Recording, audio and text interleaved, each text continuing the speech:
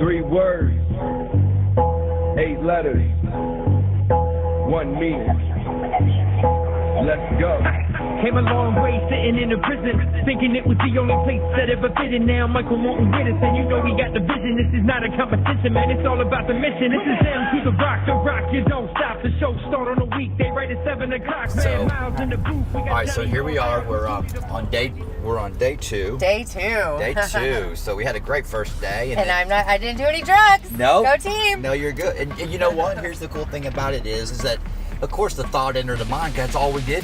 That's all you did when you lived here. And I live here all the time, and there's still areas that I go to that, the thought, enters, but it's very fleeting. It's gone. Yeah. And I wrote this, a quote just recently that said, just because I love being clean does not mean that sometimes I don't miss being high. Right. And that's the truth of it. Like, I don't want to get high, but there's parts of it that I sometimes miss and wish that I could have those parts without, losing my house and my life. There's the office right there. There's my office, and I have pictures. I went today. So how was it? So you went back to Hitachi today? Yeah. The Hitachi building today. Yes. To go to your office. So how was it? It was amazing, honestly. Like walking up to the doors, opening them up. It's all been updated because it's been like 4 years, but it's still the same. It felt the same. The button on the elevator is this big button, and I remembered it's like things that you don't ever. The little details. The little details, and so riding the glass elevator up to the 4th floor, and then walking down the hallway. It was very emotional. And look how close you were to iHeart. I know. That building was there, but not the other one. Right. And so there it is. That's crazy. Walking down the hallway was extremely emotional because it was like, so many times I walked down there with my planner because I used to go down in the basement and smoke all the time and update my planner during my smoke break and then go back and like hit it and then go back down and go back, you know what I mean? Because I wasn't electronic back then. I did everything by hand. Right, day planner. Totally a day planner. And I would reprint it and I'd rewrite it every time so it was clean and totally like organized. Oh, you're so much like me. But so, I knocked on the door because they're all locked down and a new girl answered the door that I didn't know, and I walked in, and Ryan was there. So Ryan's the guy that I started the office with in 2006 from Canada, and he gave me a big old hug, and I started crying, and he's like, "Don't cry, it's okay," and he was just awesome, and I apologized to him. I made amends. I said, "I am so sorry for anything I ever did here." We had a badass team. Right. Anyway, but like at the end, I'm like, they're taking care of my clients because I'm never there. And they're not getting paid for them. I'm getting paid all the commission on them. Right. So, but they did. They stepped up and took care of my stuff when I was gone. But, at the end, I probably cost the company $100,000 in losses because I just like walked away from my responsibilities in every single way. So here's the key things, all right? We had an awesome team in recovery. Team is fellowship. Right. That's the program of fellowship around us, and that's how we stay clean and sober. Your team was awesome because it was a we deal. Right. All right. It was. What happened, and then now we know what happens in our life when we separate from the team. Right. When left to our own devices, we get crazy. We get high. You know what I mean? And that's what we do. And that's what's so important about recovery is the fellowship. Right. And fellowship is team. And there's no I in team. Yes. You know what I mean? And God takes us right through it. Sometimes we have to go through the hardest things. And that's like so much of this trip, it's like, has taught me. Like, you can't go back. Like all of that, every single moment, every heartbreak, every shameful thing that I did for my whole life brought me right here to the right now. And I wouldn't have this amazing life if I hadn't had all the struggles. So we're on the tollway. This is going to be hard, though. I'm still grateful, and I'm not going to forget that. But you're fine. We got God. And you know what? Let's do that real quick. God, we love you. We invite you right in the middle of this incredible experience that we're about to enter. And you are the Almighty God that is more powerful than any disease. We love you. In Jesus' name we pray. Amen. Amen. That's what's up. American Airlines Arena, I want to go to a concert there. Yeah. I want to. When I was on drugs, my mom brought me up here and made me go to the Women of Faith conference. Oh, yeah. And it was so amazing for me. Was that Joyce Meyer? Yes. Yeah, Joyce Meyer. It was, and all the, oh gosh. I wish you could stay one extra day and go to Oak Cliff Fellowship Bible Church with me. With Tony Evans. That's where I go. That's the first, when I talk about my story, I went to the Bible study every week. That was the first Bible study we did. And then we did Fruits of the Spirit by Joyce Myers. Okay. So that was a huge thing for me. But I would love to. My mom's been to that church. I'll be there Sunday morning, doing the deal. So you remember this, Singleton? Yes. So here we go. We got LSU here to our coming up on our left, which is Lou Sterrett Justice Prison. Center. Now, this is all new to you, right? Yeah. And this bridge here. It's new because you used to go that way, then you go Yeah. right. So there's two of them now. And this is what I was talking to you about. So, So there's, is this? Oh my the God! bridge there. Yeah, I've been on this because you could take the street to it. so there's my old house. There's my old home. The prison or the jail. Yep. Oh my gosh! Spent a lot of time there. It's weird to come in this way because I always went the other way. Uh-huh. You know, so. So here's Commerce. Yeah. Oh my goodness! I mean, even the roads are nice now. They're redoing They're doing it. them right. I mean, they're doing it. I mean, So I'm it's pretty sure there were potholes up and down this road Oh, yeah. for days. Yeah, this was tough sledding over here. Take a right here. Take a right Here here. we go. Oh my God, my warehouse is still here. Get in the right lane. And this used to be a hotel by the hour. Keep going Is it? straight. Nope, go straight. Huh. It's right here where it says for lease, that building. Okay. So make a right past, there's a driveway. Right here. Oh my God. And this right here. Wow. That used to be the front door. Look, there's a train right now. Dart comes right by it. Yeah, you can drive back there. This used to be the front door. And the very first time I write about it in my book, I drove up here and everybody was out here. It's like a pallet store. Let's get out and walk it. Oh, we are? Okay. And the cops used to sit up there and watch us. Watch y'all smash. Yeah, well, watch us, in the back tweak out. I mean, they weren't stupid, they knew. But I think that they also knew that, like, at least we weren't doing anything outside They had of you. here. It's like a concept. Yeah, They it just was like, had you surrounded. yeah, I think they thought all hookers lived here. Because there really were a lot of pretty women that lived here. Really? Oh, my gosh. That's what I thought it was, like a big old freaking hooker house. So that's why. Okay, so Amanda, here we are. When we very first met on the phone, and you said, I'm never coming back to Dallas, but if I ever came back to Dallas, I want to see the warehouse. We are in Oak Cliff, Texas, in South Dallas, and here we are with Amanda, an addict chick. Tell us about the warehouse. Okay, so when I was on drugs, I was homeless, and I ended up here at this warehouse. And for a little over a year, I lived here. This is where I got high. There was a group of us that lived here. And that used to be the front door. That would be open sometimes when we were like, pulling cars in there to, work on them or whatever. So yeah, but the first time I ever came here, I drove down to that gate and like on the other side. And how did you find out about this place? Well, there was another guy that I was hanging out with and Okay. he brought my car here to get the oil changed. And I thought it was a place, but then we got high too in the other room. And then I saw that on the other side is like a whole house. Okay. Yeah, so I walked in and they opened the gates and I was like, So it's a compound. It's like a methamphetamine it was compound. a compound, exactly. And I remember because that day when I came here, it was I was in Webb Chapel, off Webb Chapel, in a Chapel. parking lot getting high, and I fell asleep. And a guy broke into my car and tried to rape me. He was pulling my pants down, and it was a God moment because a guy on the second floor jumped off his balcony and saved my life. Wow. And he told me to go, and this is where I came. So Wow. I was hysterical, crying, and I showed up right there at that gate, and the guy that was here, his name was Russ. I don't know what happened to Russ, but older guy, super amazing. He took me inside and kept me safe, let me sleep in his room, gave me dope, but Right. also it was like a really positive part of my life and my addiction, because if I had not found this place, I would have either turned into a hooker or I would have died on the streets, because I would not have handled the winter. There was probably 15 of us that were like always here, and there was probably another 15 or 20 that rotated out, that maybe were at the beginning of their addiction. All right, so here's the deal. So how does this make you feel here? Here we are. We're back. This was your foyer. This Look at the floors. Yeah, the dirt floors. this is the formal. This is This the formal entry. Yeah, and there'll be a chandelier after you get past the falling Right, down wall. right.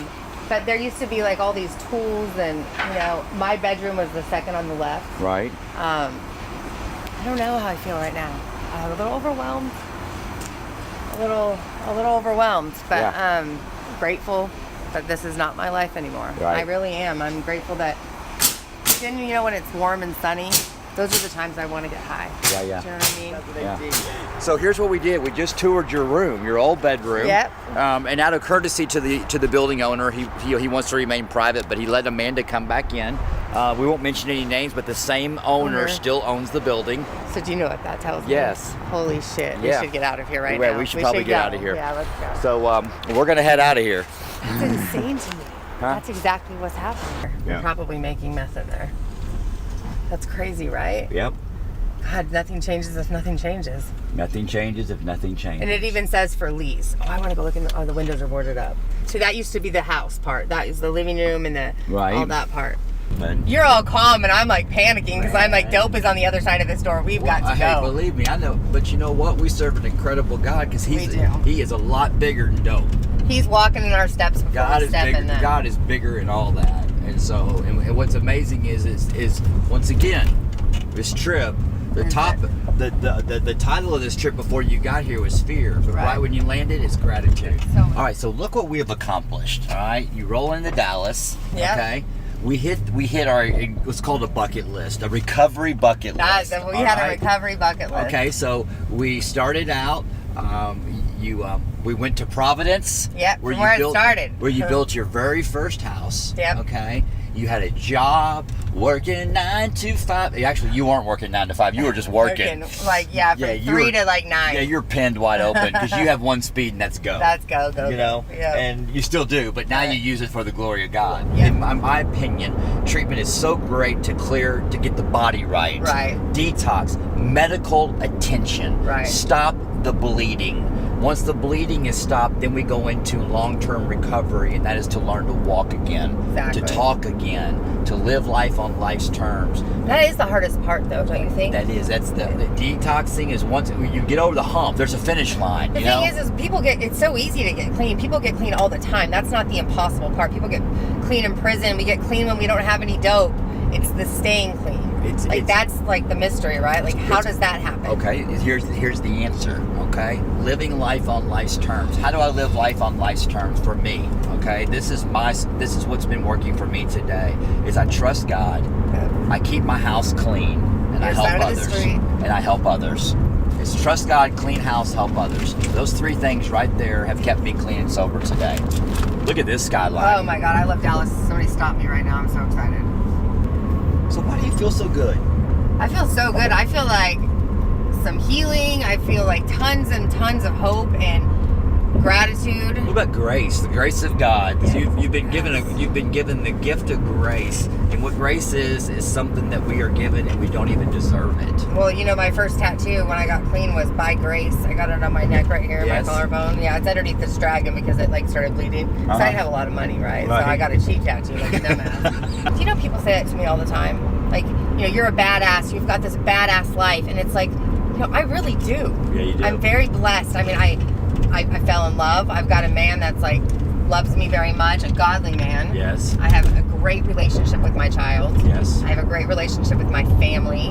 And all the people that I hurt are so quick to forgive, right? Like when you stay clean, that's all they ever wanted for you. Yes. Even the people that you screwed over, like, in the dope game, all those things that happened, people that screwed me over. Yeah. Like, it's all forgiven and forgotten. Right. And charge it to the game. Charge it to the game. Charge it to the game. Yep.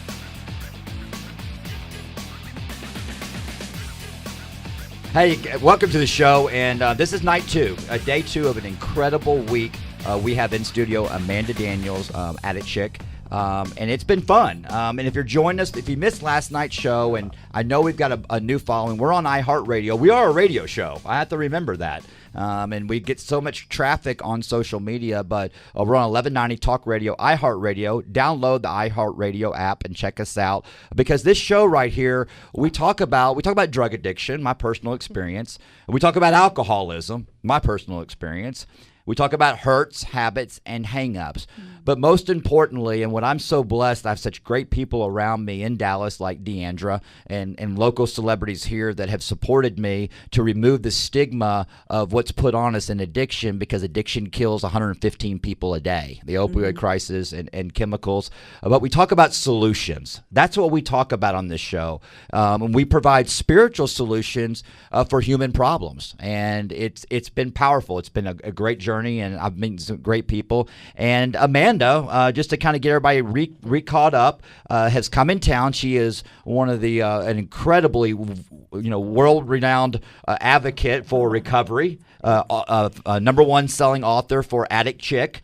over 170,000 followers on one of your Facebook pages. Yes. And works for Amethyst Recovery Center. Yep. Is that right? Recovery Treatment Center? Amethyst Recovery Center. Yeah. So, and she used to live in Dallas. And she had the corporate job and was very focused on being successful. And due to this disease, unfortunately, when I drank a lot of alcohol and did a lot of drugs, life got worse. We don't end up like real rich and famous. We end up at the lake, living behind the bait shop in a car, and getting high at Starbucks. Yeah, getting high at Starbucks. We just bathroom floor. Yeah, so we think that that's completely normal. So welcome back to the show, Amanda. Thank you. We connected, and I said you got to come to Dallas, and she was scared. She goes, "I would It love." took me a while to get here. You gotta So I would love to meet Tiffany Hendra and Deandra Simmons. She goes, I really want to meet Deandra Simmons. Yeah. She is my girl, and she is a bad A. I mean, that's what Yeah, she. I read an article about your mom when I was working here, Okay. like 10 years ago, and I just thought she was so amazing. I was like, look at this chick; she's just killing it, and she doesn't, she's running stuff. Sorry, Well. she's running stuff, and she doesn't need no man. She's taking care of herself, and I think that's admirable. And then I saw you on the show, and I was like, and she's got a daughter like that. That's awesome. Yeah, I love chicks like that. I think that's amazing. So I said, you know what, addict chick, because that's what I don't call her addict chick. I call her Amanda.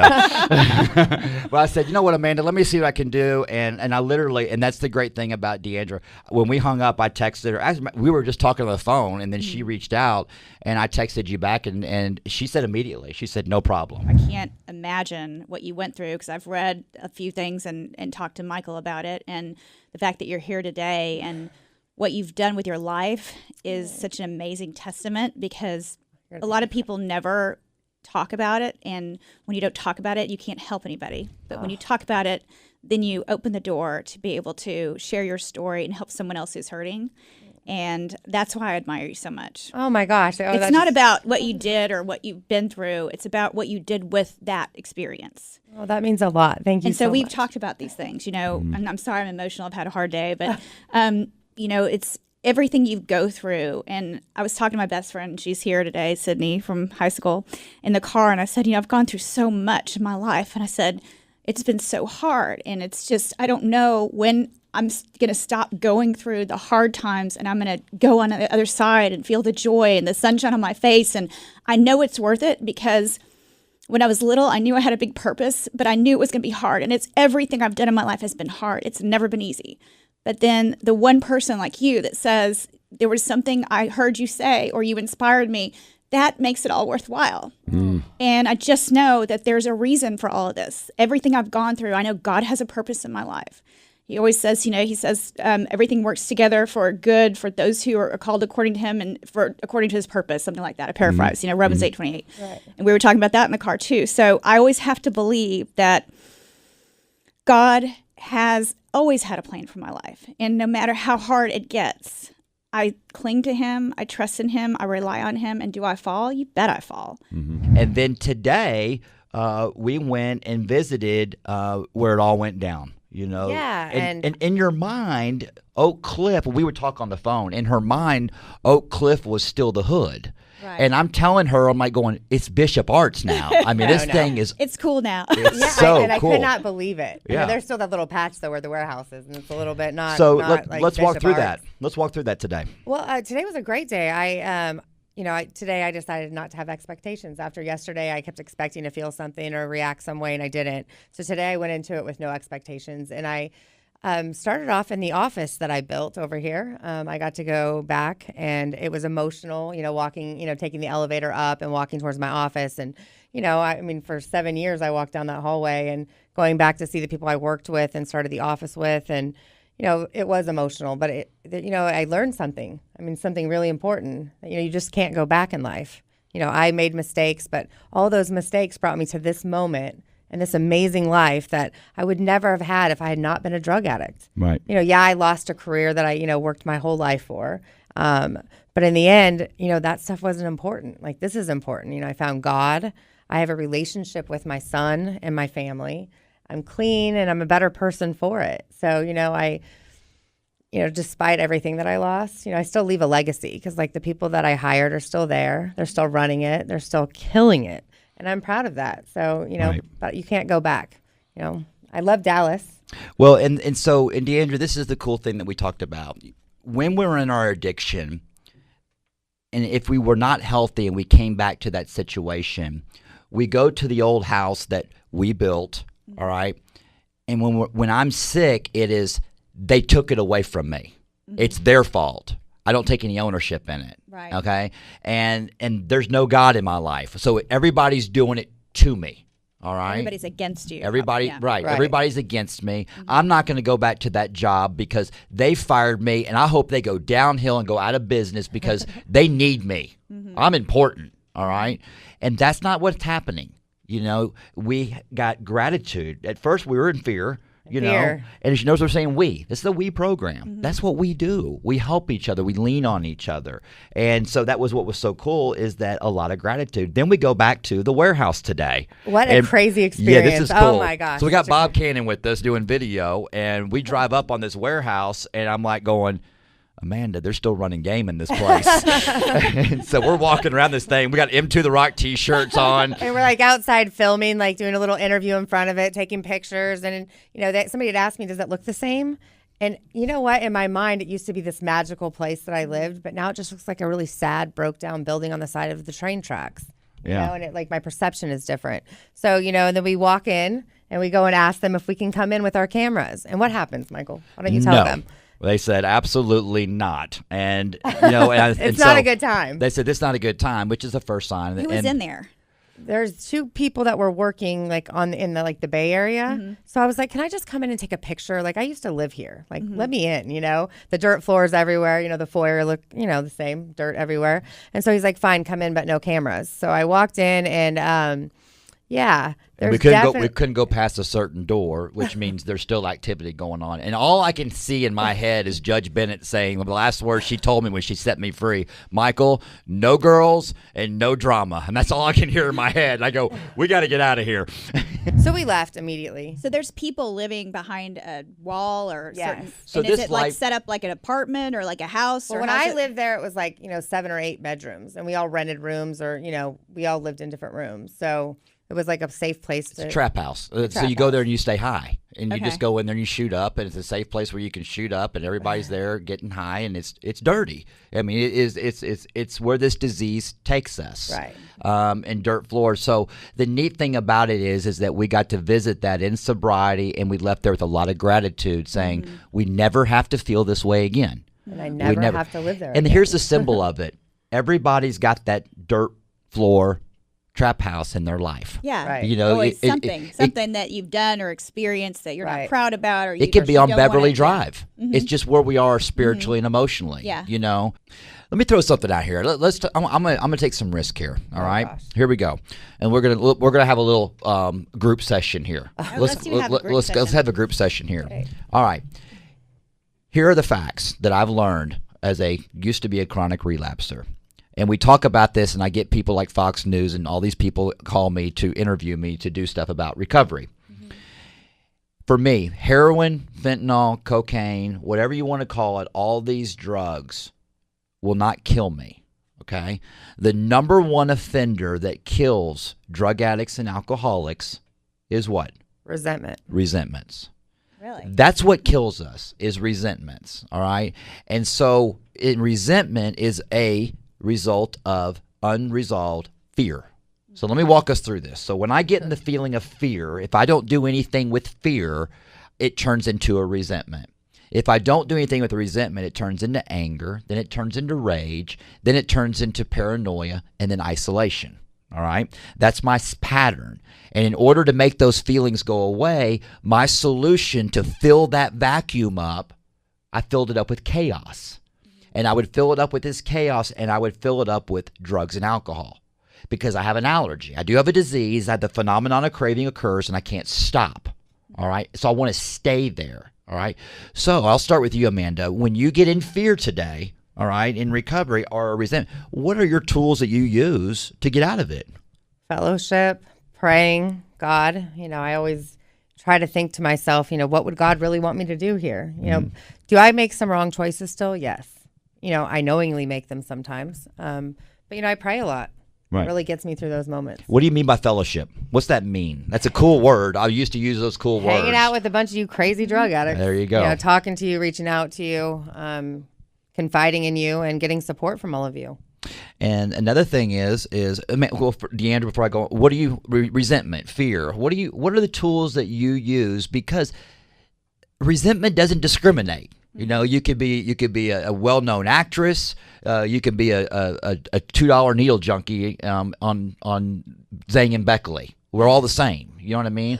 How do you deal with resentments today? Well, it's very similar. I have some really wonderful people in my life that I talk to on a regular basis. Of course, my mother and I are very close, and luckily she's a Christian, so she has a good insight for me when I have trouble in my life. And I always go to my Bible, and my Bible has, everything's underlined and all my favorite verses are notated and everything. So I go back to those verses that have always sustained me, and I make sure I read those again.